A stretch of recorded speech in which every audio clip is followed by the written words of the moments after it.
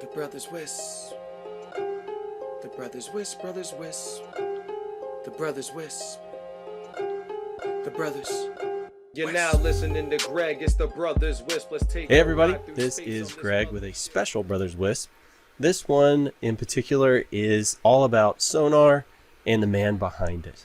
So this go around we have a couple of, well, we've got one familiar face, Mike Hammett from Chicagoland. How's it going? We've got Same thing every time. same thing every time. It's gonna be my consistent. I love it. Chad Wachs. Where are you from, Chad? Originally from Chicago, but I'm out of Golden, Colorado now. Home of Coors Brewing. Gotcha. Everything's legal there now, right? Just about everything is legal, yeah. You want it, we got it. Excellent. And we also have Simon Westlake, the man himself. Hey, thanks for having me.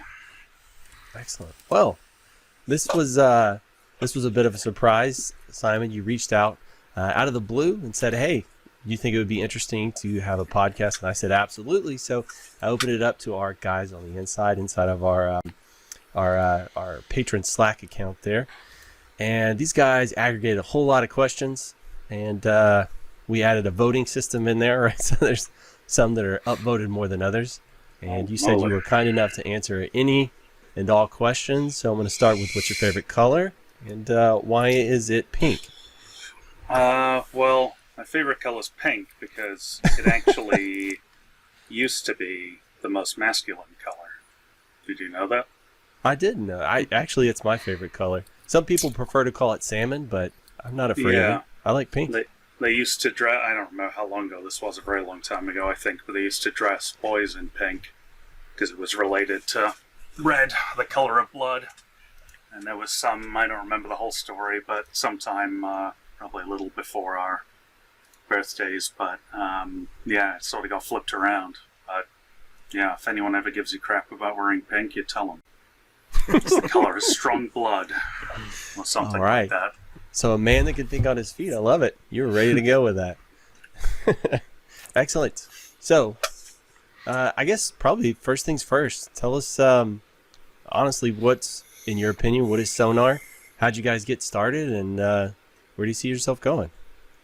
All right. Give us the elevator pitch. Yeah, okay. Well, I'm not very good at elevator pitches. It's thankfully why I've gone to hire some salespeople, but I'll give you the spiel.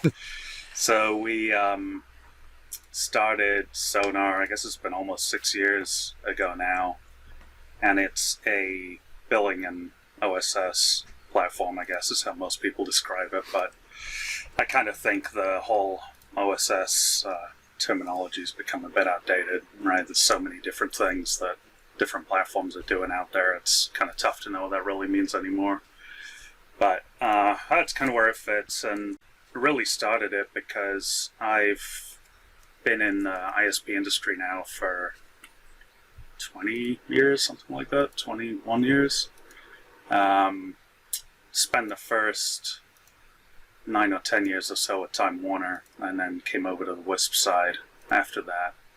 And I think in my time between being at Time Warner and seeing what WISPs are doing, the one constant between them all was lack of good software to help them do what they needed to do. We struggled with it at Time Warner, still struggles with that in the WISP industry, and I think small ISPs in general, right? I mean, WISPs aren't really doing a lot of things that are that much different. The delivery's different, right? But I think the concept's the same.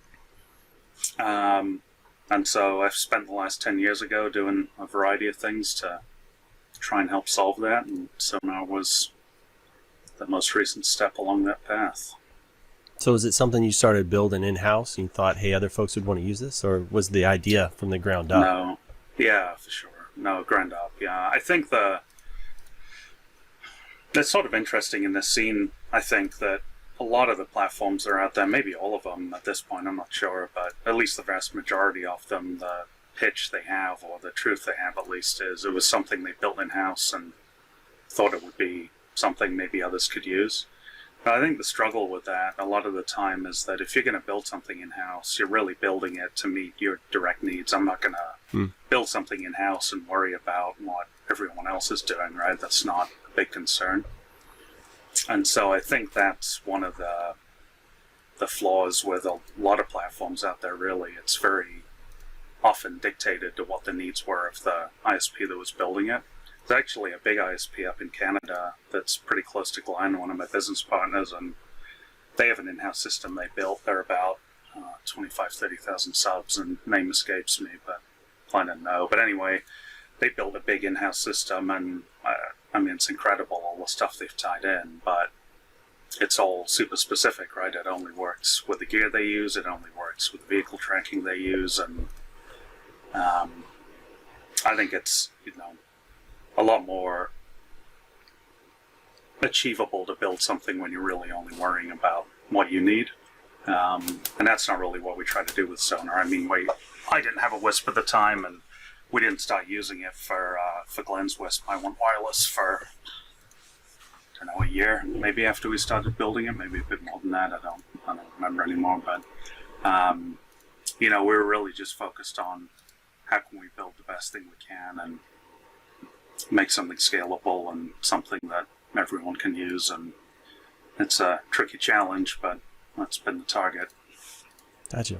So, I mean, you talked about a juxtaposition between in-house, where you're very specific, right? This is going to meet my needs, and this is all the things I use. So, Sonar, you tried to be more flexible. What are some of the challenges you had with trying to incorporate that flexibility? Oh, well, where do I begin? I guess the sort of easy and obvious answer to that is people are using so much stuff, right? Different vendors, different systems, whatever, and to try and support all of those and do it in a pretty abstract way so that you're not just integrating it in a very shallow way, right? We try to integrate things so that people can use them in a variety of ways. I think we could talk a bit about things like the MikroTik integration later. That's, I think, a good example of that. But that's the first challenge, really, is often somebody will come to us and say, can you integrate X? And it's not just the integration that's tough, it's figuring out how to integrate it again so it's useful to everyone, right? Not just the one person who wants it in a certain way. I think the other big one is really trying to separate the needs that people have away from the solutions that they're looking for, and trying to sort of bridge that gap by, again, thinking about how everyone's going to use something. Like, we sort of have this, it's almost a joke in-house now at this point because I say it so much, but other staff members come to me or other people in Sonar all the time and say, this customer wants this feature. And it's almost like a broken record of, don't tell me what they want, but tell me what the problem is. Because you sort of end up, when you're only looking at the solutions people want, with just a very complex piece of software with a lot of different buttons and knobs and stuff, right? Or you implement something in a very rigid way because you're just meeting that specific need. And I think that's the hard thing often, is really digging down to the core problem somebody's having and helping come up with a good solution for that can also work for other people. I think when you're buried inside a problem trying to solve it in your own company, you see the path to the end of that, and you're not, at least we weren't very open to other ideas. And one of the things I loved about Sonar when we started off, we came over with the WISPmon acquisition. We had just kind of started going through their onboarding. So we were still new in software like this, and I started watching the casts. And that is what sort of really guided us to how we now deploy and manage our network, where we thought we knew how we wanted to get to the end goal of managing things, and then started watching the casts and thought, oh, there's a whole different way to skin this cat, and this actually makes a whole lot of sense to us. And now you're responsible for really the reason we do a lot of the things that we do, and a lot of our deployment is because we watched those casts and said, yeah, this makes sense, and I can deploy this because I can follow Simon here in this video and pause it for a second, go program my MikroTik, come back, see if that worked. Okay, play the video some more. Okay, that didn't work, and kind of beat yourself through that. And that was one of the things I'm hoping that I see kind of continue as you begin to roll out V2 is continuing those casts, because they were, at least from our standpoint, very useful and kind of opening our eyes to different ways of solving things. Yeah, it'd be good to, if you haven't already, go check him out, because we put them off for quite a long time because we didn't want to build them and be changing them. And also, I kept saying that I felt like I needed to do them again, that, I knew the system well enough and it made more sense for me to do it.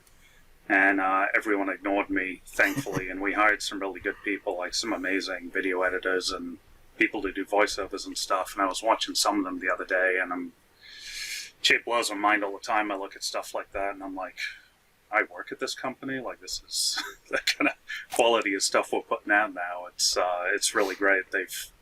That team's done a fantastic job, and I think we have, I don't know, 50, 60, maybe more casts out there now, and they've chopped them down into much smaller pieces. But I think the thing that we've kept trying to do, and hopefully this is what you saw when you watched the other ones, is not really make these videos in this documentation where it says, okay, click this button and click this button. It's more, here's how something functions, and here's different ways you can use it, and knowledge sharing, right, rather than just kind of paint by numbers type of stuff, because that's really what I think is valuable to people, is help educate somebody about different options, but still let them pick the right one for them. It's interesting. I was wholly unfamiliar with these casts, so I'm assuming they're little bite-size, just pieces of information, how you do this in the system, how you do that, maybe some design tips, tricks. What kind of stuff are we talking about? Yeah, I mean, it was a mix. Now there's all kinds of stuff now that it's not just me doing them. But when I built the original ones, it was a mix of here's a new feature we build, or a new module or whatever, and here's how it works, and here's how you can do specific things with it. So an example would be, I think when we launched the ticketing, here's how to get inbound emails to come into your ticketing system, right? Or here's how to do this or that. But yeah, there were other more design type ones. Like I did one about how you could use the address list system in Sonar with microtics to do rate limiting in a couple of different ways, or how you could redirect people, or I think I did one on getting PPPoE working with Radius and stuff like that. And it wasn't so much, here's where you can go from nothing to this complete solution. It was more, here's pieces, right? And you can look at them all and see what makes sense to you and plug them together. And yeah, I really, most of them, I'd be sitting here and thinking, what would be useful for people to see, and how can I squeeze that into a 10, 15-minute video at the most. I would tend to ramble a bit, so. I would take issue with the fact that they weren't, beginning to end feature implementation, because when we sat down to decide how are we going to authenticate customers, I talked to a lot of WISPs around us, and many of them are like, yeah, we don't. We'll put up some shapers on the radio and just kind of let that happen. I said, all right, well, what do you do when you need to find out what their IP address is because you get a takedown order? We don't really have that ability. I thought, well, that's not scalable for us, and we were new enough that I thought, well, let's do this right. So we sat down, watched the casts on that, and we ended up choosing. I didn't want to go PPPoE at that point because I'm like, I want something that's simpler for my customers. I want them to buy any router off the shelf, be able to deploy it in the network, and so watch the cast on option 82. And from that and a couple associated casts with that, we were able to implement option 82 from scratch with no previous knowledge on it. And I think with very little input from your support staff, which is the point of the casts, really, right, is to take that load off your support staff for all these kind of frequently asked questions and say, hey, watch this, and if you got some specific questions, come back. But it really did walk us through from the beginning to the end. And when I started the WISP 5 years ago, I was not a networking guy. I came from a whole different background, and so it really was geared, I think, to your market, which I'm guessing is the small to medium WISP. The big guys have probably got a system in place, an in-house system that they've built, but I think your niche is really the little guys and the medium-sized guys that are moving from a Excel spreadsheet to something that's a little bit more mature. Yeah, it's kind of a mix now, and I think just to sort of circle back to something you said before, I think that was the point of the casts to a degree. And a lot of why I built them in the beginning was we bootstrapped Sonar ourselves. We didn't have a bunch of VC money or whatever, right? We didn't have any money really. And so all the pieces that I was thinking about, like support, that we really had to try to be able to minimize, right? I mean, I had one person answering the phone for a long time. Building the casts was really, first and foremost, a way to help do that I could get this information out to a lot of people without me having to pick up 100 calls. But it was also because I think from the way I work, it made sense. In that, like for me today, if I want to go learn something new, I don't really look for someone to talk to. I Google it, right, and start reading articles and watching videos. But that isn't really true for everyone, and so it was a good fit for people that like to learn that way, and I think it still is. But we've really pivoted more into having. I mean, we have a big group of people doing support now. We have a success team that helps people, and I think that's the thing I really had to learn is. People learn differently, people are looking for a different kind of approach to that. And so we're maintaining the casts, but I'd say more so than trying to limit support, it's more just providing that entry point for people like me, and then having the success support people around to support everyone else. Something that Chad kind of touched on, which is curious to me, is what do you consider your ideal customer? Like, if you were trying to nail it down, who do you think is the perfect customer for Sonar? Yeah, that's a tough question nowadays. It depends on your perspective, I suppose. Are you the perfect customer in terms of the platform being the best fit for them, or like what's the best profit margin for us, or whatever, right? There's different. I know. When I was in the data answers. center business, we said our ideal customer was one that paid the bills on time. So. Yeah, and doesn't call you too much, right? I guess that's probably true for almost every business out there. But sometimes it's hard, right? It's like, so you probably have a mix of very small, very large, very independent, very needy. I mean, there's probably all over the shop, right? Yeah, and I think what we've learned again as the company's grown is that there are different personalities and there are different business models and stuff, but by and large, those customers you look at and they seem to be more needy than others. Often you're not really meeting some need, right? Like they're frustrated because of a lack of whatever, right? Like reporting's a big issue for us in V1 and something we've spent a lot of time working on in V2. And, that was something that drove a lot of calls. And if you just look at those numbers, you're like, okay, well, this customers calling us 4 times a week, right? But it's really because we hadn't provided the tools to them to do what they needed. I think to directly answer what a perfect customer is, I would say it's really more about where they fit into the sort of scale and scope of what we're doing. I mean, a very tiny customer is a great fit for us because we can do a lot for them, and the cost to get in is pretty low for them, as long as they have some level of independence or ability to do some stuff on their own, right? I mean, we don't really have the resources to hold somebody's hand through everything at the very low end. And I think, like to Chad's point, he was able to go and watch some of those casts and look at other things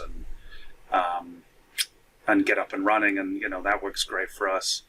I think on the flip side of that, very big customers fit well as long as they have the willingness to potentially make some changes.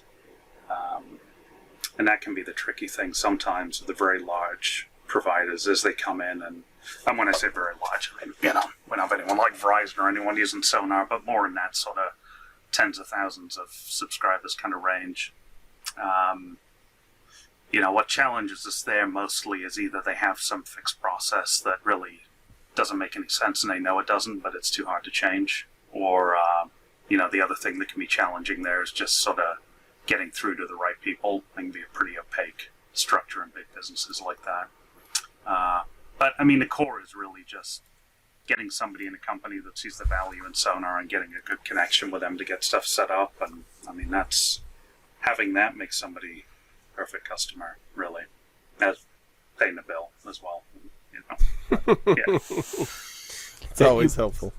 You mentioned you've kind of pivoted to having people contact your support staff, and that's been, I think, an obvious change as a customer really since the launch of V2. And it was one of the kind of upvoted questions that popped up in our Slack is what was the drive behind that? And it can often come with you can perceive that two different ways. One of them is, look, we want you to talk to our staff because we want to help you. And the other is, well, we don't want to publicly announce what we're going to tell you privately, and we don't want to announce roadmaps and feature sets and whatnot. And so it was, I think, really along the lines of those of you that are version 1 customers, when you have questions about version 2 or want to see where you might fit in that migration, call our support staff, because it's not going to be, those answers aren't going to be publicly available. And so talk a little bit about what that reasoning was with you about why you were pushing people towards that support call, which some of us, me personally, look at contacting support like that's my last resort. When I send an email to support@xcompany.com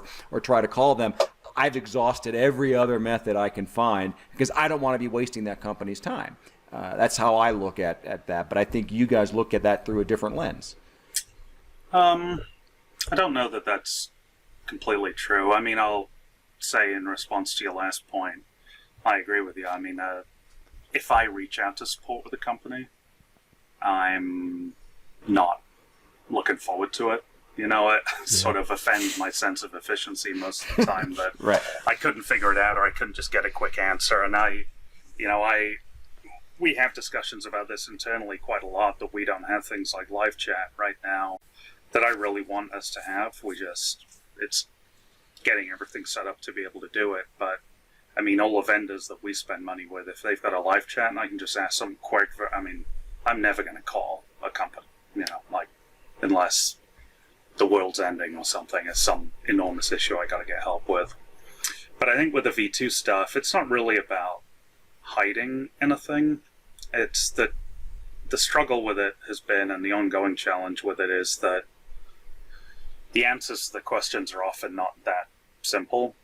There's a lot of moving parts to getting somebody moved on to V2 from a feature parity perspective, from a migration training perspective, and everything else. And so, the lesson I think we've learned in it is we need to figure out a way to be more open with people, in the sense that they don't feel that we're hiding something or that we don't want to publicize something. And we also need to figure out a way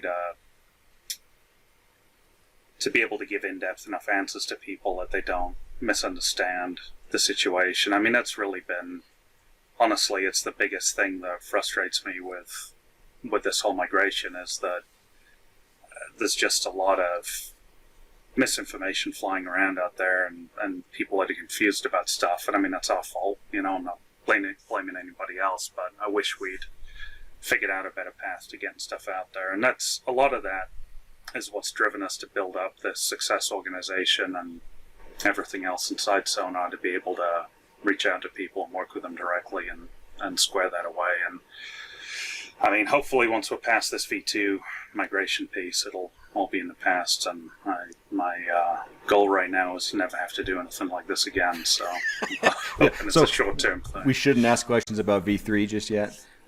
Well, I'll tell you, if there is a V3, it won't be, it'll be a seamless transition. And the V1 to V2 thing, it's just, V2 is what we really wanted to build in the beginning, and there just wasn't the time and the resources to do it. And a lot of stuff changed between building V1 and building V2, and, it was a long story there we could probably take up the whole time of this podcast talking about. But I think now that we have the architecture that we have, anything moving forward is not going to be anywhere near as painful as this has been. You kind of had your V2 coming out party at WISPapalooza 2019, right? And with something like that. Yeah. With hindsight being 2020, looking back, are you where you thought you would be at this point? Are you further along? Are you not quite as far along as you thought you were going to be when you had that launch party? Well, I think with my developer hat on, anytime you ask a developer how long something's going to take, their estimation's about, 10 times less than reality. So I think we're probably nowhere near as far along as I thought we were going to be from the perspective of me working on it. But I think what we really screwed up on there was,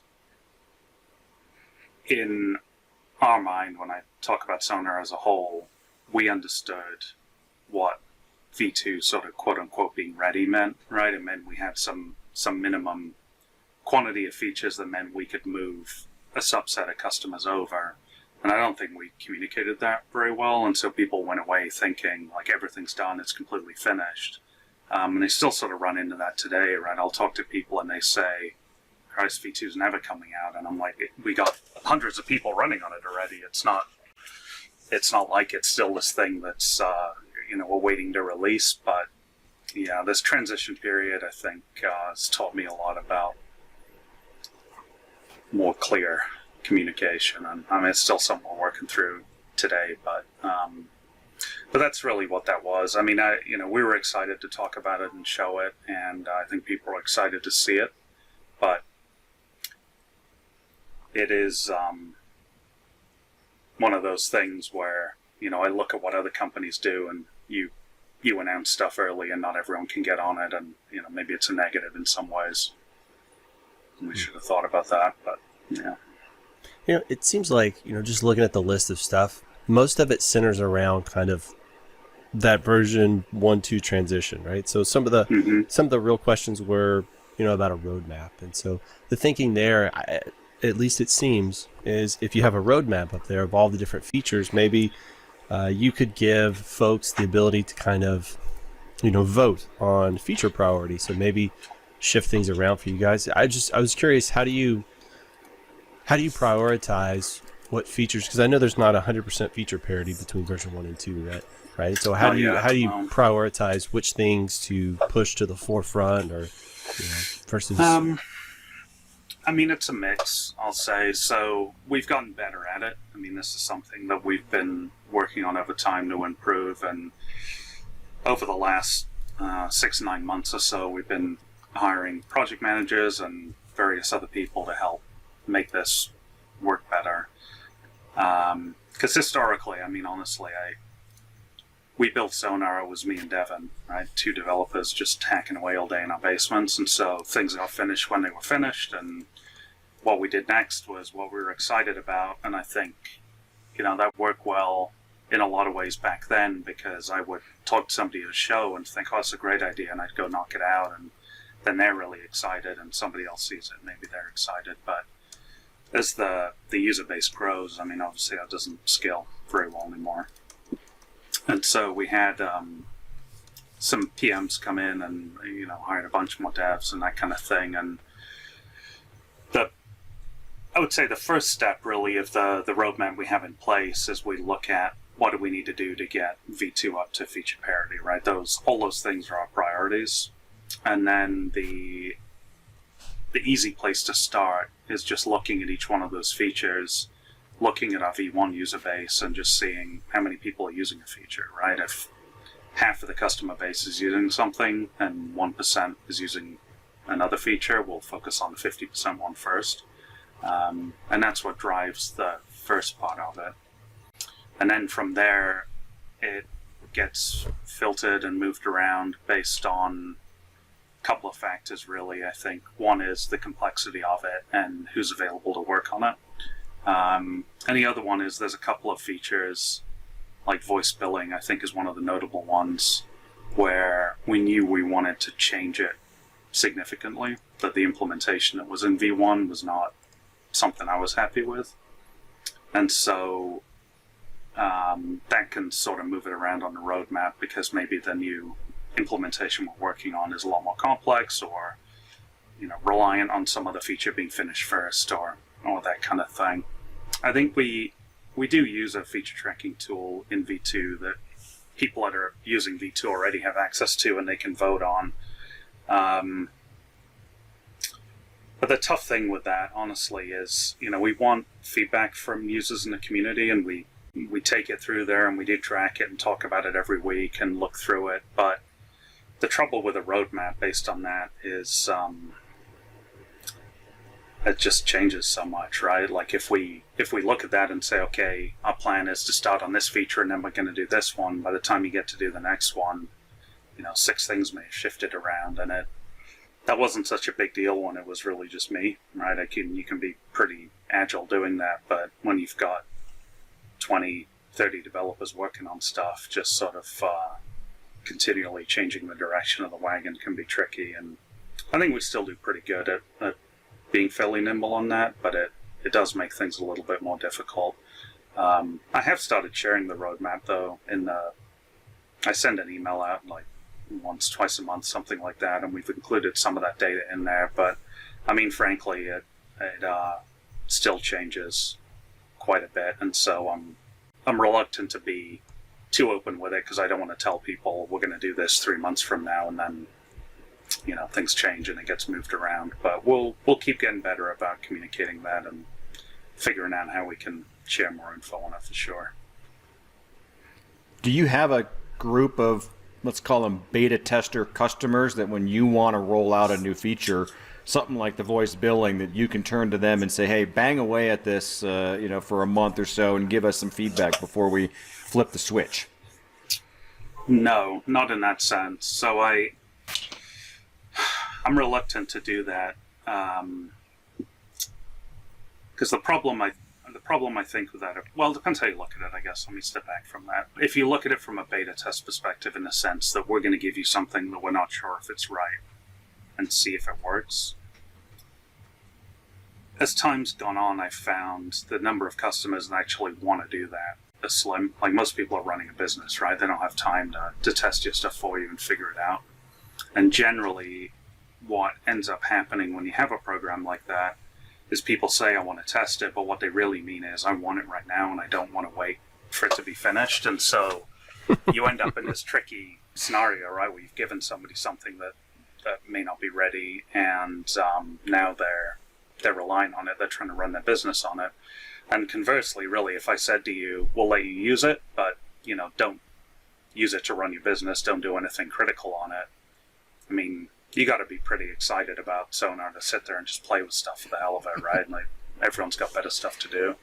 So what we're moving towards, and we're not quite there yet, but I'm hopeful we'll get there before too long, is more of a feature flag type of system where we can have something like, using voice billing as an example, we can have something where we're confident it works, right? It's gone through testing, it's gone through QA, it's not a beta product, but there might be something missing in it, or there might be, I guess, from more of a functionality perspective, right? Maybe we made some decision that maybe doesn't completely make sense, or we missed some little thing or whatever.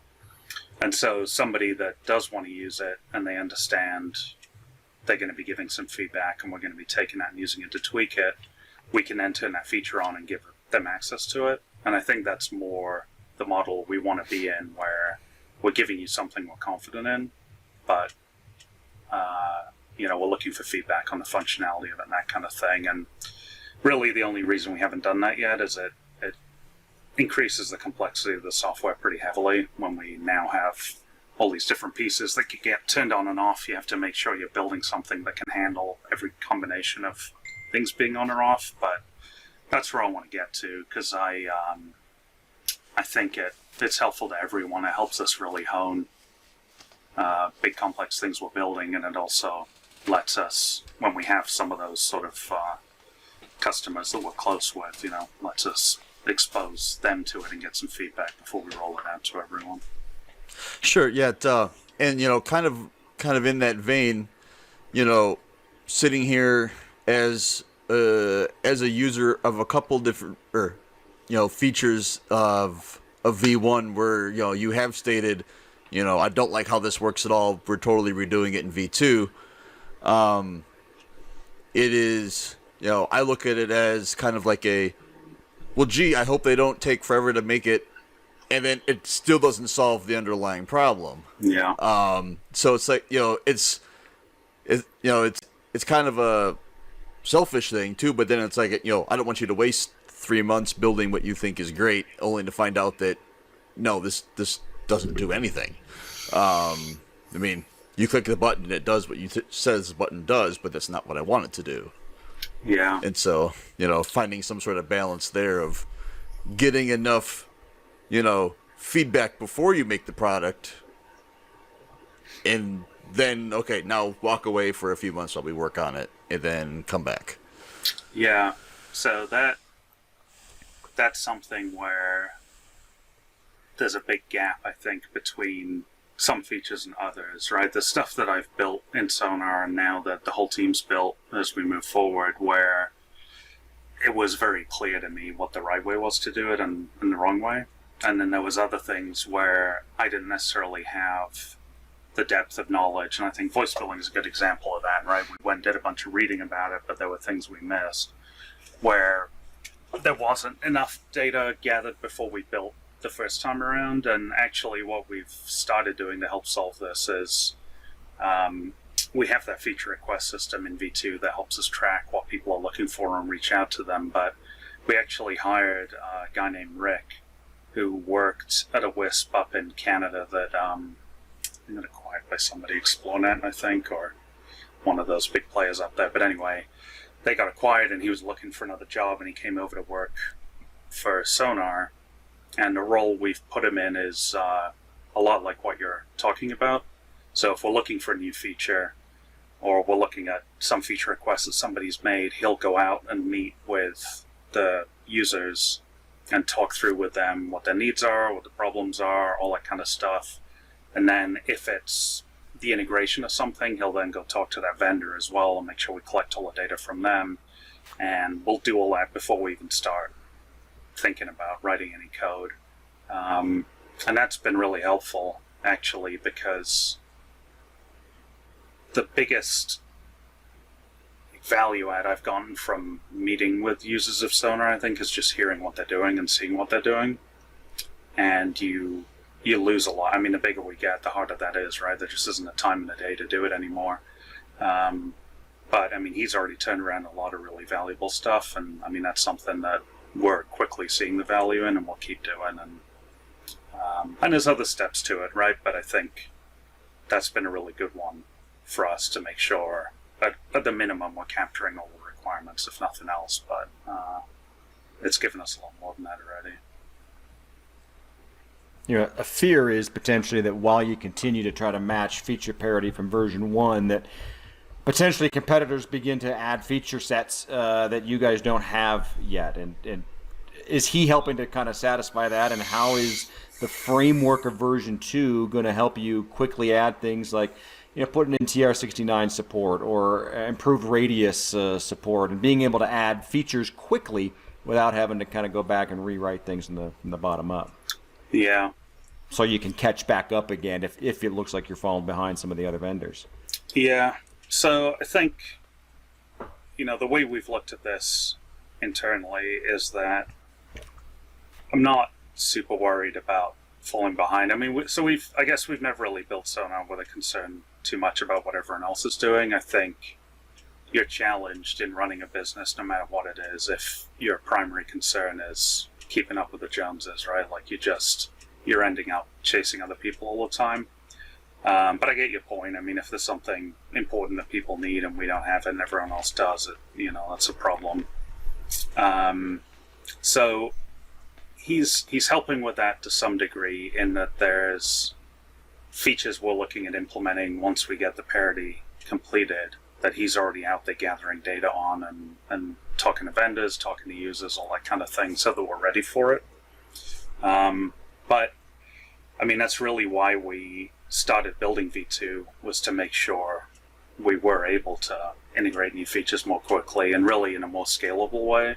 And something that is a common issue for us in V1 is the bigger customers we have that are using it do frequently run into scaling issues. I mean, we have a big WISP on V1 who's got, as I remember, like 400 something microtics all tied into it at the same time.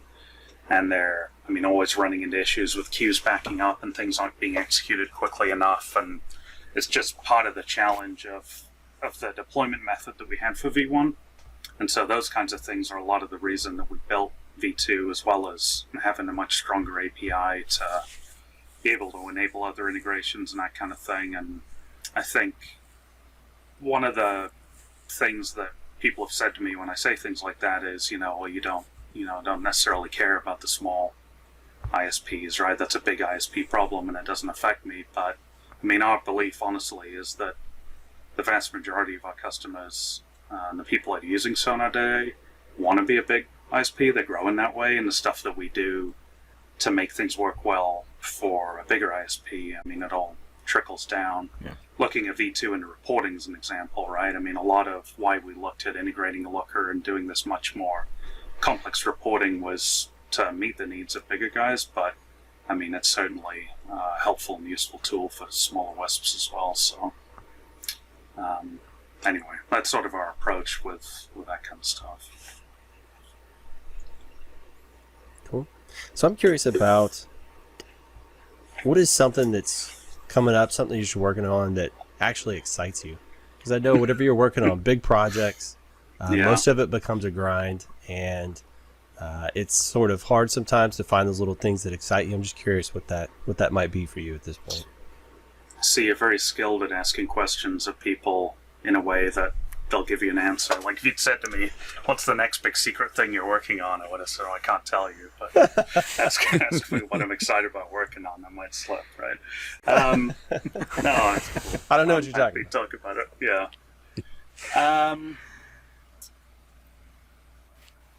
Yeah, what's exciting to me generally, and I'll give you some specifics here in a minute, but what's exciting to me generally is trying to solve problems that I don't think have been solved well, or solving them in a novel way. That's what's interesting to me. Like just knocking out the same stuff that everyone else is doing, or just filling in the gaps, I don't find very interesting personally. I mean, it's what we have to do a lot of the time. It's part of building software, but the stuff that gets me excited is finding those novel solutions, and then really what I love doing is pulling together other vendors or ISPs or whatever in the industry that we're creating the solution that helps multiple people. And so the one that's actually excited me the most recently, and we've been working on this for a very long time now, on and off, but the relationship that we built up with Facebook, I don't know how much I've talked about this publicly already, so maybe some of this is new, but we built up a relationship with Facebook because they have this thing called Facebook Connectivity, where they're trying to help ISPs around the world bring service to unserved communities. It's pretty similar to Microsoft Airband, but their approach is very different in that the Airband approach has been a lot about legislation or investment. The Facebook approach has really been about building open source software and hardware and giving it away to people to build ISPs where they couldn't otherwise afford it. And one of the things they built is a platform called Magma, which is a open source LTE core, an EPC, where part of it runs in the cloud and then part of it runs on the prem.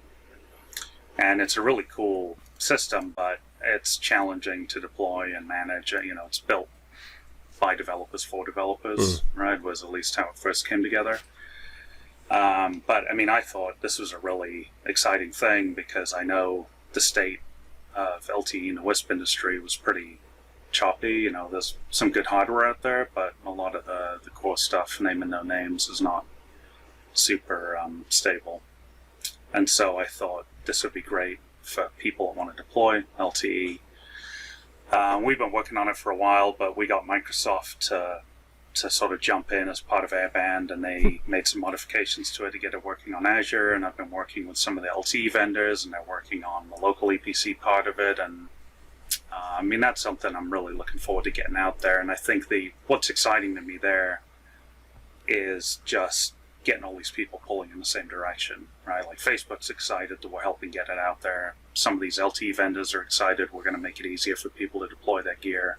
I'm excited we're going to be able to give people access to a cloud-hosted EPC to hopefully get rid of the one they don't like, and and that's pretty cool. The other stuff really that gets me excited is building something new that we don't have today, not adding another integration with another inline device or whatever, but building some big, exciting, complicated thing that is going to give people a new avenue to help the customers or make more money or, do something cool or whatever it might be. And I think the next one probably will help me to this because I don't have the roadmap in front of me, but I think the next one we'll have coming out will be the Twilio integration that we've rebuilt. We kind of had this in V1 where you could tie in your own Twilio account to do SMS to your staff, but we actually went out and bought a short code from Twilio, so like one of those 5-digit codes, which are ridiculously expensive, but they let you send a lot higher quantity and not get blocked and that kind of thing. And so we're going to be enabling that so people can send text messages to their customers, but do it through our short code. And that's pretty cool. Like from a technological perspective, that's been pretty interesting. But yeah, that's the kind of stuff I get into, is more just pulling companies together, whether it's vendors, ISPs. I like those things where I got a kind of a group of people working towards a common goal. I think it's good validation as well that you're doing something that makes sense. That's cool. So you said there's a lot in that statement. What are the things that you you said you'd like to solve things in a novel way? Is there something that to the casual user it's like one button, one click, but on the back end you actually did some crazy kung fu that's really awesome that nobody will ever know about? Yeah, tons of stuff. I think, we're doing that every day, really. I think the sort of running joke for most people at work on big pieces of software is, behind the scenes people are running around doing all this stuff every day to keep it up and running, right? There's a lot of complexity and a lot of stuff nowadays. I think, the thing I'm probably the most proud of in what we've built in V2 at least, which probably not super exciting to some people, but is pretty exciting to me, is the API. That was a huge challenge to get that all working, and I don't know how much you guys all know about the API in V2, but it's built around this technology called GraphQL, which is something Facebook came up with.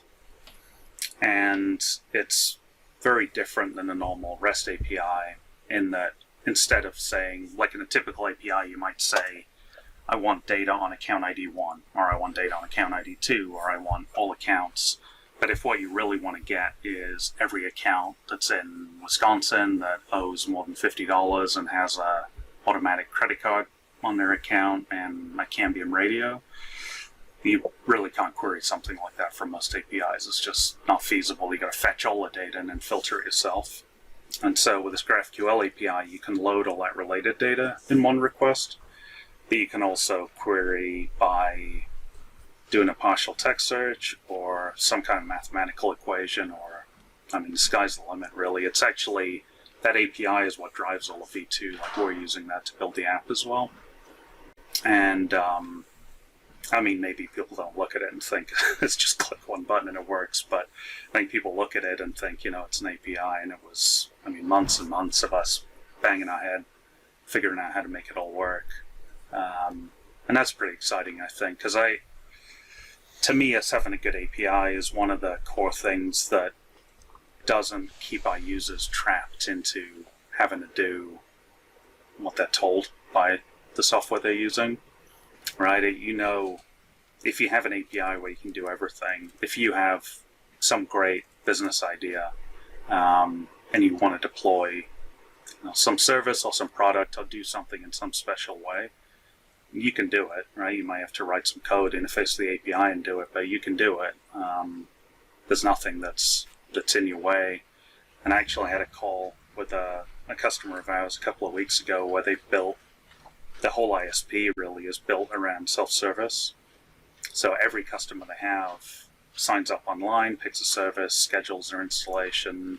They built a mobile app for it, a web portal, all this crazy stuff. And they built all of that around the Sonar API. And that, seeing stuff like that to me is really exciting because it shows sky's the limit, really, when you utilize something like that. But I'd say otherwise, to me, I mean, I'm a back-end dev, really, more than anything else. So I look at a lot of the infrastructure that we have and a lot of the things we're doing to make Sonar scale, and that's kind of, the exciting stuff to me, and the stuff I think people don't really see, right? You use a web app and it either works or it doesn't. As long as it works, you're just happy with it. I guess much like Netflix, you stream a movie and it starts right away, you're happy, but under the hood there's there's a lot of crazy stuff going on to make that work. I guess true of ISPs, really, right? Your customers get online, they're happy. If they can't, they don't, and they're not really thinking about OSPF and BGP and RF and ducting and everything else. That stuff I love hearing about. Like you said, the novel ways people solve those things. It's like magicians. They pull your card out of the deck, but sometimes if you were to actually see the other side of the table, some of the stuff they do is so complex and so precise, and they've practiced it for so many hours to do that one simple thing. So it looks like just such a little thing to you, but on the back end, there's all this crazy kung fu that goes into it, and that's what excites me. I love seeing that stuff. Yeah, it's actually why I like watching Penn and Teller, because they'll do a magic trick, and you see it and think, holy cow, that was amazing. And then they'll do it and show you how they did it. Yeah. And you're almost more amazed. Because some of the things they do, they're not really tricks. They're really just doing... I think when I don't remember if it was them that said it or another magician, but I remember some magician I was watching saying that the way to do a really good trick is figure out a way to do it and then just get it done, right? And even if the way you do it is the first way people would think to do it, if they then immediately think, there's no way they're doing it that way, because Christ, that would have taken them years of practicing or whatever, then, it's almost a more amazing trick by doing that. And yeah, it's, but under all that, for all of us in the technology industry, right, it's what people really see is, does it work or not? And a million times it does work. You don't really remember, but, it's how this industry goes. Yeah, for sure. Teller has one of my favorite lines. He says, magic is practicing something way more than anybody would reasonably expect you to. Yes. So you said it a lot more eloquently than what I was trying to say, but yes. There's a lot of wisdom in that stuff. Maybe a little bit of madness too. It is what it is. Yeah. So I was curious. You were talking about the Facebook pulling you into this the Magma LTE Core, that project, and then maybe doing a little bit with Microsoft. How'd you get introduced to that? How do you this guy over here with Sonar get introduced to a couple of the largest corporations on the planet? Yeah, it's pretty weird. To be honest, I figured it was a bunch of BS when it started, because I thought, what the hell's Microsoft going to give a damn about what we're doing, or what will Facebook care? But what I've learned with those companies is they're so big. I mean, they're so unbelievably big, like so far beyond what I could even comprehend, that there's basically companies running inside those companies, right, that are groups of people doing things. And some of the people that are in those sort of internal companies are guys that worked at startups or only have one very particular set of interests. And I think in both cases, both us teaming up with Microsoft and Facebook, there was a person or a group of people there that have been watching what we were doing with Sonar because they had a passion for the ISP industry. And I think in both of those cases, Microsoft and Facebook are more focused really on outside of North America and Europe, right? They're mostly looking at like Africa, India, places like that.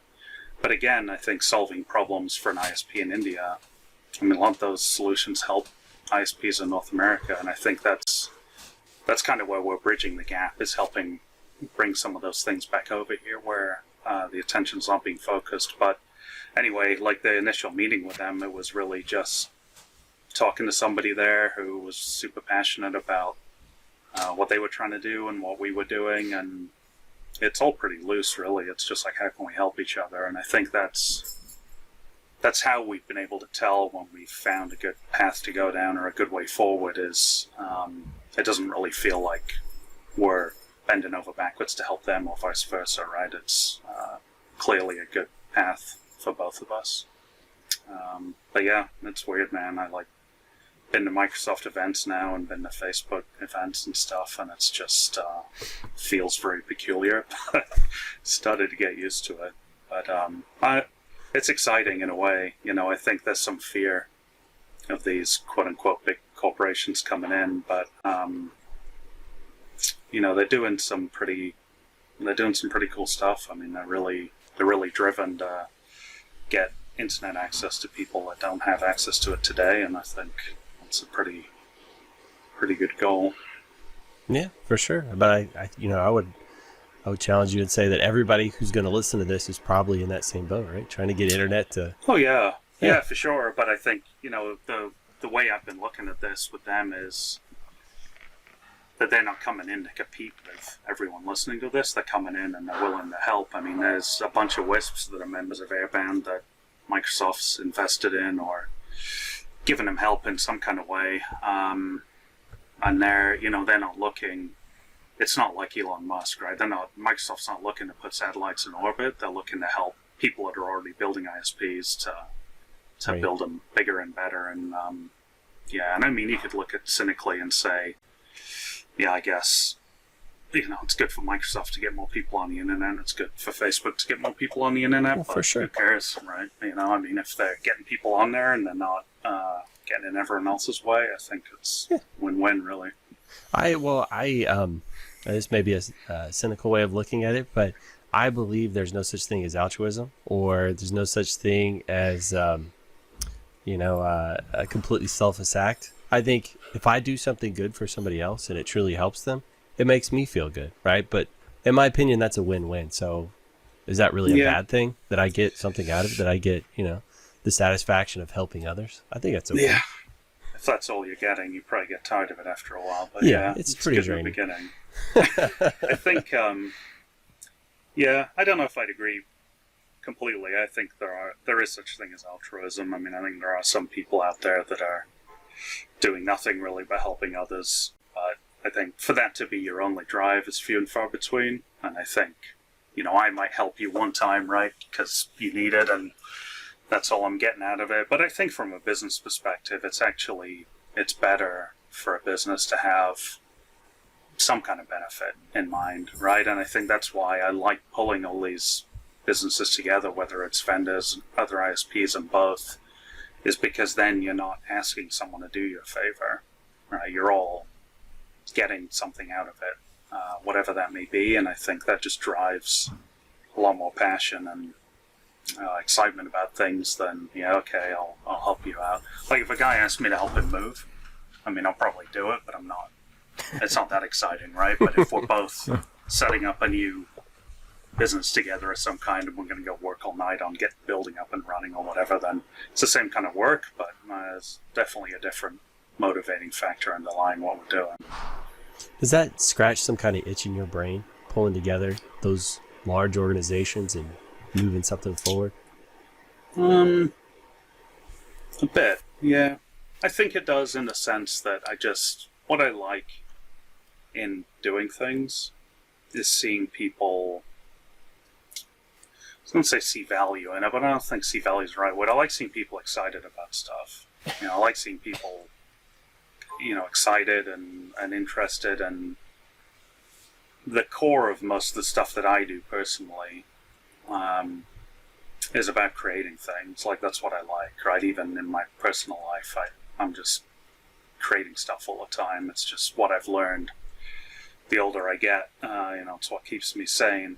And I think the thing with creating stuff is, at some point you want to show it to people, or you want people to be involved, right? Nobody wants to just make things in the dark and then throw them away. And so, pulling vendors together and pulling people up, just pulling people together in general, I think being part of an active creation of some kind where the people involved in it are all getting some kind of positive emotional response out of it, it's a fulfilling thing to do.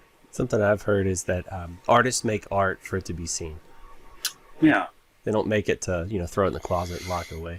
But I think that's true of anybody making anything. I mean, ISP operators don't build networks for nobody to use them, right? Like if you're making something, you want people to get some value out of it or some joy out of it or whatever, right? It's what drives everyone, I think. That's interesting. Well, I'll tell you what, we're closing in on an hour, which is about where people, completely fall asleep. So I wanted to ask Chad and Mike if they had any kind of outstanding questions that we didn't touch on. I know there was a lot of questions, and obviously not a lot of time to get it all in. But did you guys have anything burning a hole in your pocket you really needed to get out there into the world?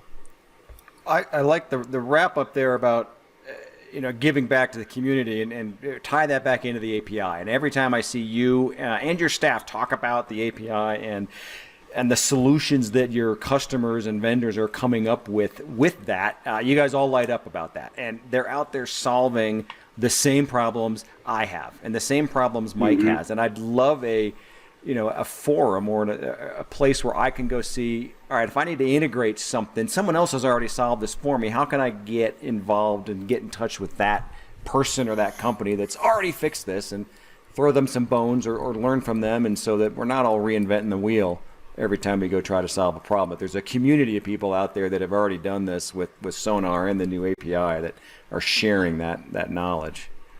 Yeah. I would love to see that too. And I think the challenge that I've seen with it is kind of around the same thing I mentioned earlier, when people are building software in-house and it's not necessarily a good fit for everyone else. A lot of the stuff I've seen built that's been cool is sort of built and then forgotten, right? It's built to solve a problem and then there's nobody there to maintain it, or they're not continuing to maintain it and build on it and support it and that kind of thing. And it's just often challenging to pick up a piece of software somebody's built and take it on and keep it running and make it work. That being said, I mean, I've always hoped there'd be some kind of community springing up around that in the API, and there's been quite a few people that have approached me about would we have an issue if they sold the stuff they've been building to integrate with Sonar, or do we care if they make it open source or whatever? And I mean, I'd love to see it. I'd love to see more of it, but it's tricky. I mean, it's a big thing to take on, to put something out there and then, support it for people. But I think where I'd like to see us go in the future, and I think we've made some progress towards that with building the open source customer portal and that kind of thing. I'd like us, Sonar, to be putting more things out there, even if it's just a skeleton of something that people can build on, but a foundation that people can take to at least get started on something. And I'd like to see that, sooner than later. And we've talked quite a bit about doing things like Zapier integrations and stuff like that too, as just a kind of springboard to make stuff easier for people. But like everything, it's figuring out where to fit on the roadmap. Yep. But yeah, I mean, if there's something that we can do to help grow that more, I'm all ears. I'd love to, because it's something I'd really like to see. Yeah. To Chad's point with the API, every time I hear somebody talking about API first, I get excited because, Ansible is what I eat, sleep, breathe, repeat these days, and so it just it opens up all these interesting. My brain starts building these Rube Goldbergs of automation where I could do all kinds of interesting things. So I'm definitely on board with that. And whereas I'm basically the opposite. API, don't care. I'm not gonna I'm not gonna spend the time to figure that out. Find me someone to make it happen, because I'm never gonna do it. That's the good thing, right? You can find someone to make it happen, whereas if it didn't exist, you can't even do that. And I think that's what I try and press on people a lot with it, is it's not about, I don't want you to learn to program, right? That's not the point. It's about not constraining you by not even having it available. But yeah, I follow you. And that's why I also hate when anyone inside Sonar brings that as a solution. Well, people can just tie into the API. I'm like, they can, yeah, but we still need to be building features. That shouldn't be our answer to anything other than it's there for you, and that's an option that you have. But yeah, I never want it to be the answer to how do I X. Well, hopefully we'll eventually provide tools for X for everyone, but it's going to be a while yet. Right. It's good to hear you say that, though. That the API is not the answer, that it's a piece of the solution. Yeah, it's a tool, right? I mean, Yeah. I think because, and I had this discussion inside the company a bunch of times. By that logic, reductively, we should just provide an API and build nothing else, right? Like, Right. So, yeah. Yeah. All right, Mike, any final questions, any thoughts? No, I talked a lot less than I thought I would, which probably makes Simon happy. Well, I always talk a lot more than I probably should, so I'm probably taking all the time up, but yeah. All right, well, let's stick a fork in it. Mikey, if folks out on the internet want to get a hold of you, how would you prefer them to do that? Patreon.com/BrothersWisp, and someone else can help you. You say that every single time, and what's funny is you are usually the very first person to respond to anyone's question on the Slack channel. You're almost always immediately in there, so Especially while you if say it's that's not reality. anywhere near troll related. Yeah, Mike's gonna be the first one on that. So, yeah. All right, But, Chad, yeah, I would ask I you the guess. exact same thing. And I would give almost the same answer, except I'm happy to receive email as well if you hit me up at chad@auwireless.net, or the Slack channel works real well too. Excellent. Well, Simon, if you wanted folks to interact with you in some fashion, how would you have them do that? Well, the easy way, I think, is probably email simon@sonar.software. But I'm happy to receive letters, carrier pigeons, whatever. Smoke signals? Yeah, well, it's probably tough over distance, but yeah, email works. We're Yeah, pretty we're good not- at those in Colorado, though. I can send those. from Yes, here. yeah, I can probably see those from here if I go outside, but it's like It's- minus 15 here today, so I I probably was gonna say, are you talking about the kind that make you have the munchies, Chad, that make you really tired? Is that where we're at? No comment. In the conversation. All right. So also, you heard Simon. He mentioned it, sonar.software. Go check those guys out. Mike, Chad, and especially Simon, thank you guys for joining us today. And Thank you. hopefully you guys enjoy this. If you have any questions or comments, you can hit us contact us at the Brothers Wisp. Oh, yeah, you can find me at greg@gregsoul.com, where I very regularly blog. You can also find me in the Little Brothers Wisp Slack. It's patreon.com/Brothers Wisp. You get an invite in there with a whole lot of smart guys, way smarter than me. Well, and me. I mean, don't leave me out. That's not fair. All right. So thank you guys for listening, and we'll see you next time.